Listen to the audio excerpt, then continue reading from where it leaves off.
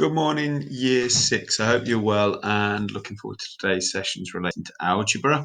Within our recap today, I thought what would be best is if we went through the different questions within the percentages assessment last week so that you were clear on how you could have solved the different questions and what the answers were. To be successful today, you'll need to identify what the question wanted you to know. You'll need to think of a strategy to solve the question, to use that process, and then you'll need to identify the answer. Okay, so the assessment is a quick recap about some key terminology. Fractions are how many parts there are of a whole. Decimals, the decimal point is between the whole values and the decimal values which come after the decimal point. So any decimal number contains that number, that dot that's the decimal point, okay, between those two. Percentages, when we say percent, we're really saying per 100. So if we say 50%, we say 50 times out of 100, 50 times per 100, okay, percent. Okay, so the first part of your assessment looked like this, and we'll go through each question individually and just see how you got on. So if you've got your assessments to hand, you just need to have a look at them. You don't need to send me them in if you haven't already done. I just want you to see how you've got on with these. These first questions were asking for the 100 grids, what percentage was shaded. So it's key that we remember these 100 grids because when we're thinking about percentage, we're always dividing a whole by 100. So it's how many times within 100. So of those 100 squares, how many of them were shaded? So we can see that each column is worth 10. So 10, 20, 30. So the first one is 30% is shaded. Second one, each row is also, because they're squares, worth 10. So 10, 20, 30, 40, 50, 60. And then we've got an incomplete row, so it's 67% that's shaded. This is the first one. Second one, you were asked to do some shading, so I'm sure we've got some lovely colours used. Okay, we know that each column is worth 10, so 10 plus 2 additional, 10 plus 2 makes 12%. Makes it 12, so it should look like that. Okay. Right, guys, hopefully you've identified those two. You identified the second you were asked to shade rather than just say 0%. Our models, I know you love them. I do. You might not. But for this, it's there as a tool. You don't necessarily need to identify it for the first one.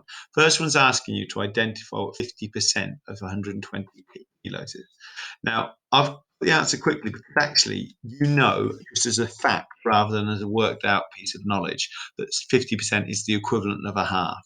You know, when you're identifying a half, you divide by 2, and therefore 120 divided by 2 is 60 kilograms.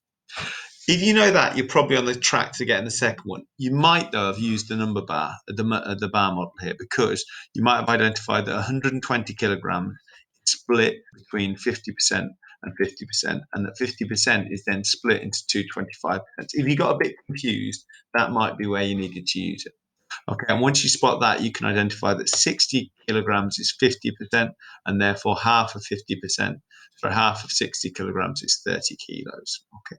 There's different ways of getting to that route, but using the number bar can contextualize what you're being asked to pull out from the question for you. Okay, the bar model do help, I think, more when we're looking at our tens values of our percentages. We can see when we're asked to find 10% of a value that we're looking at 1, 2, 3, 4, 5, 6, 7, 8, 9, 10, lots of 10% in 100. 100 divided by 10 is 10. Therefore, we know that we're dividing our 70, our whole, by 10. So 70 divided by 10 is 7. Okay. We can also see that if we're looking for 30%, it's 10 plus 10, so 20 plus 10 more. So it's 3 lots of 10%. So it's 3 lots of 7. 3 lots of 7 is therefore 21. For 90%, then similarly, rather than 1 lot of 10, it would be 1, 2, 3, 4, 5, 6, 7, 8, 9. 9 times 10 is 90. Therefore, 90 lots of 90%, sorry, of 7 is 9 lots of 7. 9 lots of 7 is 63. Okay. When we know the value of one of the 10%, the other multiples of 10 become very simple to calculate. Okay, if we know a multiple of 10, sorry, if we know 10% of something, 5%, therefore, we know that 10 and 5 are related. We know that 5 is half of 10. Therefore, what we've got to identify is the half of 7, and that answer, therefore, is 3.5 or 3.5. Okay, guys, on to the second page now. Right, now look at number 5. Again, it looks a little bit like a bar model. It's the percentage bar chart. Okay. First question is asking about the counters in the box that are blue. Now, if we just look at the whole bar, if we look on the values on the bottom, it's 0 to 100. So the whole bar is worth 100%. To find the blue value, we need to look at the increments, and we can see that the whole purple bar at the top is into 10 increments. Therefore, each increment, they're equal, each increment is worth 10%, based on the earlier knowledge around 10% in lots of 10% being 100. We look there for this percentage bar chart, whole is 100%. Therefore, if we've got 1, 2, 3, 4, 5, 6, 60%. Each one's worth 10%, so 60% for the blues. How many is it? Yellow? 1, 2, 3 more, so it's 30%. And one of them is for the red, so therefore that's 10%. Okay, so each increment was worth 10%. Okay, just multiple of 10 really there. 50% of a number, sorry guys, I'll put the answers up on the screen without pressing. So 50% of a number is 32. What is the number? Well, we know 50% is the same as half, so you double that to make a whole. Okay, so 50% is half, so 32 multiplied by 2, therefore, is 64. 10% of a number is 7.5. Well, we know that 1/10 is 10%, so we multiply it by 10 to make a whole, so therefore 7.5 times 10 is 75 to make the whole. Okay. 35%, sorry, it's not 35%. Max here, £800 is a rich man. He spends 3% of his money on a new computer game. So how much does he spend? We know that percentages are per 100. So what we're being asked here is spending £3 per every £100 he had. Okay, £3 per every £100 he had. Okay. So if he's got £800 and he's spending an £800 is 8 lots of 10, 100, sorry, 8 lots of 100, then 3 lots of 8, because 3 lots of each of the 800, so 3 lots times 3 plus 3 plus 3. You could do it as 3 for the first 100, 3 for the second, 3 for the third, 3 for the fourth, 3 for the fifth, 3 for the sixth, 3 for the seventh, and 3 for the eighth. Or you could think of it, it's 3% of each 100, so it's 3, and there's 800, so it's 3 times 8, so therefore it's £24. I should have a pound sign there, sorry about that. Okay, so £24. This table proved a bit difficult for a few of us, and it's useful to identify why. The decimal point here, sorry, the decimal here, the value here, 7% is 7 divided by 100. So it's not 0.7, it's 0.07. 7 hundredths, 0 tenths, 0 ones. Okay, so that 0 tenths is really important. A few of us got confused there. The percentage here, 0.2 as a decimal, is 2 tenths out of the 10 tenths that make up a whole. So it's 1/5. So 0.2 is the same as 20%, not 2%, but 20%. Okay, 0.02, so 2 hundredths would be 2%. Okay, remember 2% is 2 in 100.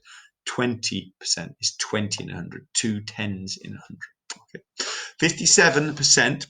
Now, this is some really creative solutions to this, and I was really impressed by yours, Enas. But normally with fractions, we use a whole value as our numerator and whole value, whole integer for our denominator as well. And therefore, because 57 isn't divisible by any value, so 57 100ths is the simplified, most simple version of this fraction, and therefore we would say it as 57 100ths rather than simplifying it further by making a non-whole number, okay, for either the numerator or the denominator.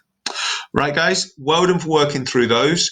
Thank you for that. Oh, last one, Leona. This is the most complicated one. This is the one where I was really hoping to see some bar models. I've tried to work through how I might have solved it. You might have solved it in different ways, and then we'll get to our answer at the end. So she's got 180 apples in the bag. I'm going to consider that top then as 180. Now she uses a quarter of these to make some juice, and then she uses 20% of the apples that she had in the first place to make some pies. So how many apples are left? So how many remain? Okay, so if she uses a quarter of them to make some juice, she'll need to divide 180 into 4 equal parts. Okay? And I know that 180 divided by 4 is 45. So I've got rid of 45 of them. However, my 20% is from my whole 180 in the first place. And 20%, well, 20% is 100 divided by 5. I know that as a number fact because 5 times 20, those two factors make a product of 100.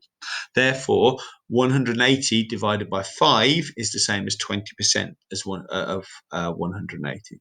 180 divided by 5 is 36, so therefore I utilize 36 of the apples. Now to identify how many are left, I've got 180, and I'm subtracting the sum of 45 and 36 from those.